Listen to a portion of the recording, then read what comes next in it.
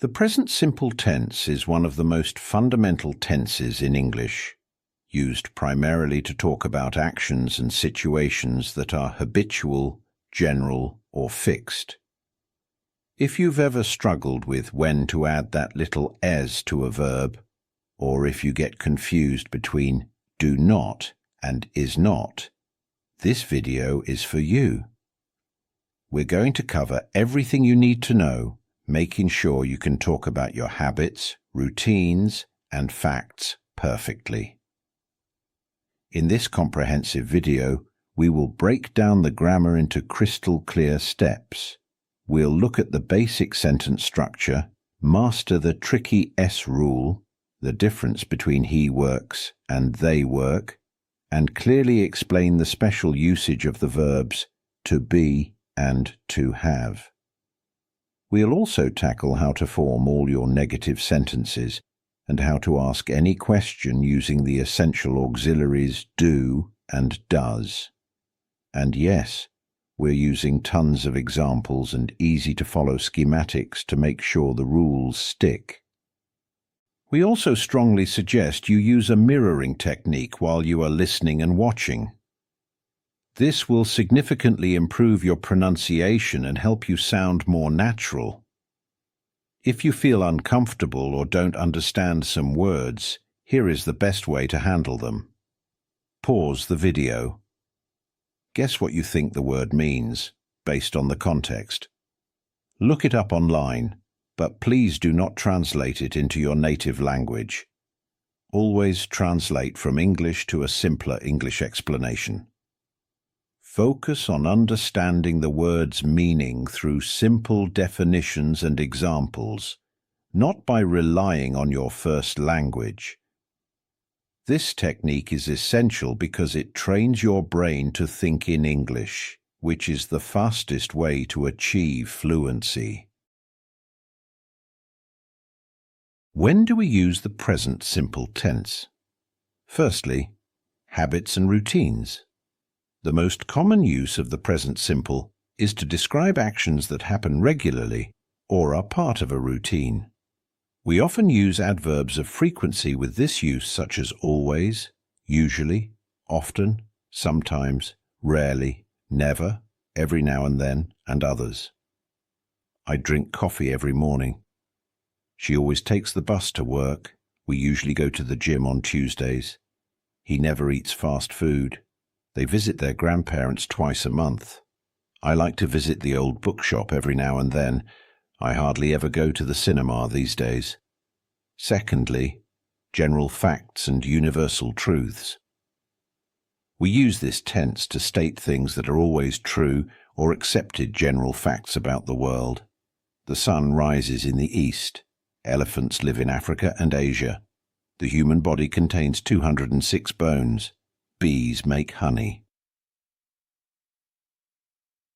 Thirdly, permanent situations. The present simple describes situations that are long-term or permanent, not just temporary. I work for a large technology company. She lives in Berlin. They speak French and Italian. He is a doctor. Our house has 3 bedrooms. Next, we use it for schedules and timetables about the future, to talk about future events that are fixed because they are part of a schedule, timetable, or calendar. The train leaves at 7:15 p.m. tonight. The film starts in 10 minutes. The next semester begins on Monday. What time does the flight arrive? The concert finishes at midnight. We use this tense for narrating and giving instructions as well. It is used for commentaries, especially sports, and for giving step-by-step instructions or directions.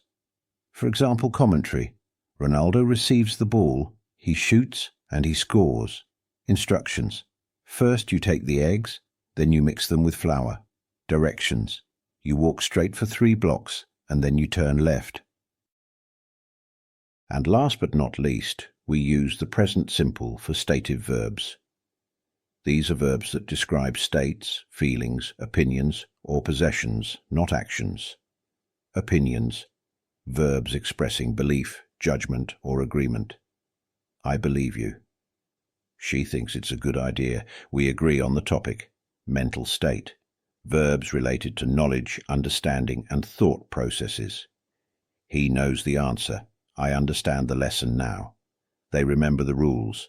Emotions. Verbs expressing feelings, likes, and dislikes. We love this music. She hates cold weather. I prefer tea over coffee. Possession. Verbs indicating ownership or relationship. It belongs to them. They own a large house. He has 2 sisters. Appearance. Verbs describing how something seems, looks, or fits. He seems happy today. The food looks delicious. That shirt fits you perfectly.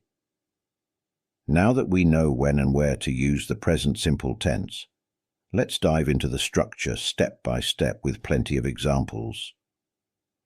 Making simple affirmative statements, simple statements of fact, to talk about things that happen repeatedly and describe things that are always true, in the present simple is easy, but it requires paying close attention to the subject. Please have a look at the table. For the subjects I, you, we, and they, the structure is simple. We use the base form of the verb, drink, eat, play, watch, etc. Structure. Subject plus verb, base form, plus the rest of your sentence. Examples. I study history in the evening. You drive a red truck. We watch movies on Fridays. They speak Spanish at work. When it comes to the subjects he, she, it, we use the S rule. For the third person singular subjects he, she, and it, we must add s, es, or ies to the base verb. This is the S rule. Examples. He writes novels every year. She fixes computers. It finishes by midnight. Let me give you some further examples. With stative verbs, remember, stative verbs describe states, not actions. They follow the same structures, but we use them to talk about 5 main categories: opinion, mental state, emotion, possession, and appearance. With opinions. These verbs describe what someone thinks or believes. I suppose it will rain. She doubts his story. We believe in honesty. The jury thinks he is guilty. I consider that a big problem. Mental state. These verbs relate to knowledge, understanding, or memory. He forgets his keys often. I realize my mistake now. They recognize that song. She imagines a better future. We hope for the best. Emotions. These verbs describe feelings, preferences, or desires. We adore our new puppy. She dislikes loud noises. I want a new job. He desires true happiness. They need a holiday. Possession. These verbs show ownership or relationship. It contains all the tools. They have plenty of time. He owns a bakery downtown. The old box holds family photos. That bike belongs to my brother. Appearance. These verbs describe how something seems, looks, or fits. He appears healthy. The flowers smell wonderful. That jacket suits you well. The water tastes strange. This fabric feels soft. If all of that is clear, we can now take a deeper look at the rules for spelling that tricky S, ES, and IES. Let's nail the grammar by mastering the 3 spelling rules for he, she, and it. The simple S rule. The first rule is the easiest. For most verbs, when the subject is he, she, or it, you simply add an S to the end. The structure is subject plus verb plus S. For example, he reads many books. She works in a bank. It rains every afternoon. He plays soccer on Sundays. She sings beautifully. It runs very fast. He likes chocolate. She thinks about the problem. It looks delicious. He opens the door slowly. Here are some of the most frequent everyday verbs that follow the rule. Walks, runs, eats, drinks, reads, writes, plays, works, speaks, sleeps, sings, dances. Notice the pronunciation. Calls, loves, needs. Now, the ES rule. This rule applies to verbs that end in a hissing sound made by these letters. To make these words easier to pronounce, we add ES. The structure is subject plus verb plus ES. Remember these examples. He pushes the cart. She watches a movie. He kisses his baby. She passes the ball quickly. He fixes old cars. The bee buzzes around the flower. She teaches history. He goes to the gym daily. She does her homework. He misses his dog. Here are some of the most frequent everyday verbs that follow this rule.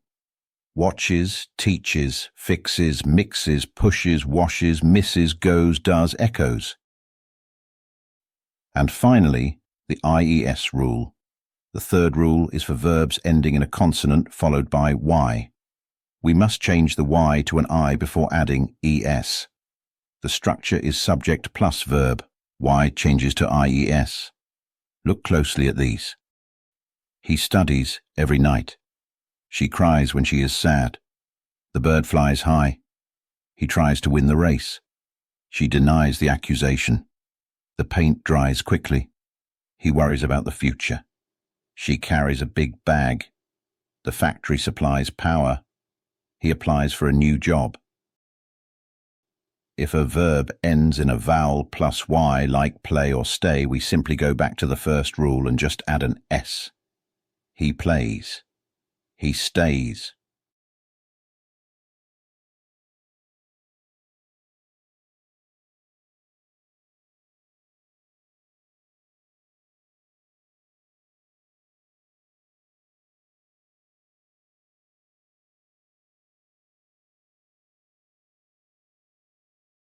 Brilliant. You can now confidently use the S rule to build almost any affirmative sentence in the present simple. But, as you know, English loves exceptions, and the biggest exception in this tense is the verb to be. Unlike all the other verbs we've discussed, the verb to be does not use the S rule, and it does not use the auxiliary verbs do or does. It's a special, independent verb that completely changes its form depending on the subject. Instead of one form, we have three: am, is, and are.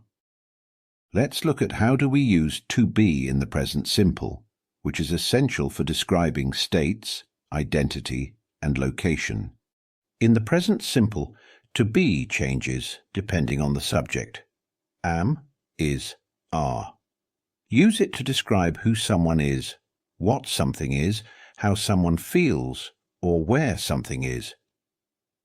It's one of the most important verbs in English because it describes identity, state, feelings, and location.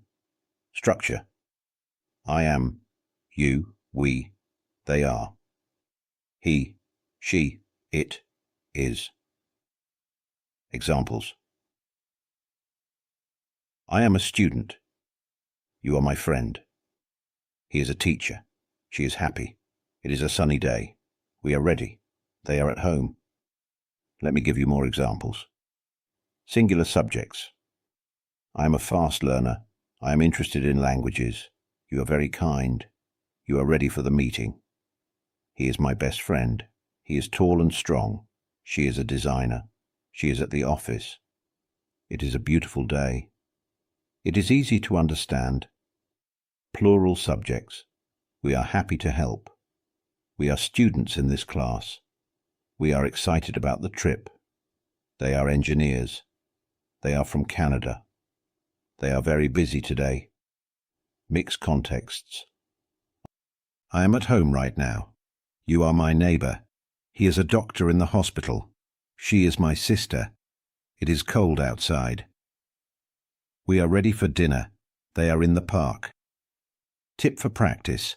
Try swapping subjects and adjectives or nouns to make dozens of variations. For example, I am tired. You are tired. He is tired. We are tired.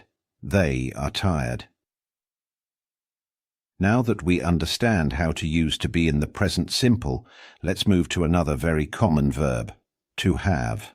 While to be describes identity or state, to have shows possession, relationships, or experiences. The verb to have is mainly used to show possession, meaning what someone owns or what they possess, such as family members or certain qualities. While it follows the S rule structurally, the third-person singular form is irregular. In other words, the third-person singular form is has. For the subjects I, you, we, and they, we use the base form, have. Structure, subject plus have plus object. Now for he, she, and it, the irregular form is has. Structure, subject plus has plus object. Examples: I have a new phone. You have a large family. We have plenty of time. They have the winning tickets. He has 2 jobs. She has brown hair. It has a long tail. The key takeaway here is simple. You use have for all subjects except he, she, and it, which use has. Let's check out a few more. Examples with have: I, you, we, they. I have a meeting at 10 o'clock. You have a very kind heart. We have 3 days of vacation left. They have the winning lottery ticket. I have a large collection of stamps. You have strong opinions on politics. We have enough food for the party. They have 2 cars in their garage. I have a headache this morning. You have an interesting job. Examples with has: he, she, it. He has a new phone. She has beautiful curly hair. It has a funny, unique smell. The cat has green eyes. My brother has a great sense of humor. The company has offices all over the world. She has a lot of patience with students. He has an important appointment today. The restaurant has the best pizza in town. It has 4 wheels and a long chassis. Excellent. You've now mastered building affirmative sentences with every kind of verb in the present simple, the regular verbs, the special verb to be, and the irregular verb to have. But what if you want to say that something doesn't happen, or that you don't own something? That means we need to learn how to make sentences negative. And here is where our 2 great friends, the auxiliary verbs do and does, finally come into play. We will divide this into 2 simple sections: negatives using to be and negatives using all other verbs. Let's start with the easiest one, making the verb to be negative. Making the verb to be negative for the present simple tense is not difficult. Notice I have just used it. It is not difficult. Remember, to be already acts as its own auxiliary verb, which means we do not need do or does. We simply add the word not directly after the form of to be, which is am, is, or are. The structure is very clear. Subject followed by am, is, or are, then not, and finally the rest of your sentence. In spoken English, we almost always use contractions, which are the short forms. I am not becomes I'm not. I'm not a doctor, I'm a chef. For he, she, and it, is not becomes isn't. She isn't at home right now. The movie isn't very exciting. For subjects you, we, and they are not becomes aren't. We aren't late for the meeting. They aren't ready to start. Please, have a look at these examples. I am not hungry right now. He isn't interested in the movie. She is not the leader of the team. It isn't a good idea to go out late. You aren't allowed to use your phone here. We are not going to the party tonight. They aren't friends anymore. The bus is not at the station yet. The results aren't surprising. I'm not a fan of spicy food. So to summarize, simply put not after am, is, or are. And always remember this important rule. We don't use contractions in formal writing. Instead, we must use the full form. Now that we've covered to be, let's move on to making all other verbs negative, which requires our auxiliaries, do and does. Negatives with all other verbs in the present simple. This is where our auxiliary verbs, do and does, become incredibly important. For any verb other than be, we use do not or does not before the base form of the verb to make the sentence negative. Look at this transformation. Affirmative, I work as a teacher. Negative, I do not work as a teacher. Affirmative, he works outside. Negative, he does not work outside. The structure. Forming these negatives is quite simple. The structure depends on your subject. For I, you, we, and they, you use subject plus, do not plus verb, base form, plus the rest of the sentence. For he, she, and it, you use subject plus, does not plus verb, base form, plus the rest of the sentence. In spoken English, we almost always use contractions for these. Do not becomes don't, and does not becomes doesn't. Crucial point, the disappearing S rule. Here's something absolutely critical to remember. When you use does not or doesn't for he, she, or it, the S on the main verb completely disappears. You must use the base form of the verb. He doesn't like coffee. The does already carries the S of the third person, so we don't need it on the main verb as well. Examples of negatives with other verb. I don't play video games often. You do not understand the problem. We don't travel much in winter. They do not watch that TV show. He doesn't drive to work. He walks. She does not eat meat. It doesn't snow in this city. My computer doesn't work anymore. The children don't like vegetables. The store doesn't open on Sundays. So, to summarize, use do not or does not before the base verb, and always remember to drop that S from the main verb when using does not. Now that we know how to make affirmative and negative statements, let's learn how to ask questions in the present simple. Asking questions in the present simple. Now that we know how to make affirmative and negative statements, let's learn how to ask questions in the present simple. Questions in this tense are always formed using a simple process, by putting the auxiliary verb before the subject. We divide this into two groups, questions with the verb to be and questions with do or does. Questions with the verb to be. We use to be questions to ask about a person's identity, location, or condition. Since to be is its own auxiliary, we don't need do or does. We simply switch the order of the subject and the verb. Structure. Am, is, are plus subject plus the rest of your sentence. Examples. Affirmative. You are happy doing this. Question. Are you happy doing this? Affirmative. She is a student here. Question. Is she a student here? Affirmative. We are late. Question. Are we late? Affirmative. I am correct. Question. Am I correct? These questions we use mostly for confirmation. Questions with do and does. We use do or does for questions about actions, habits, and opinions for any verb other than to be. Here, the auxiliary goes at the start of the sentence. Structure. Do plus subject plus verb, base form, plus the rest of your sentence. And does plus subject plus verb, base form, plus the rest of your sentence. Remember the rule we learned in the negative section.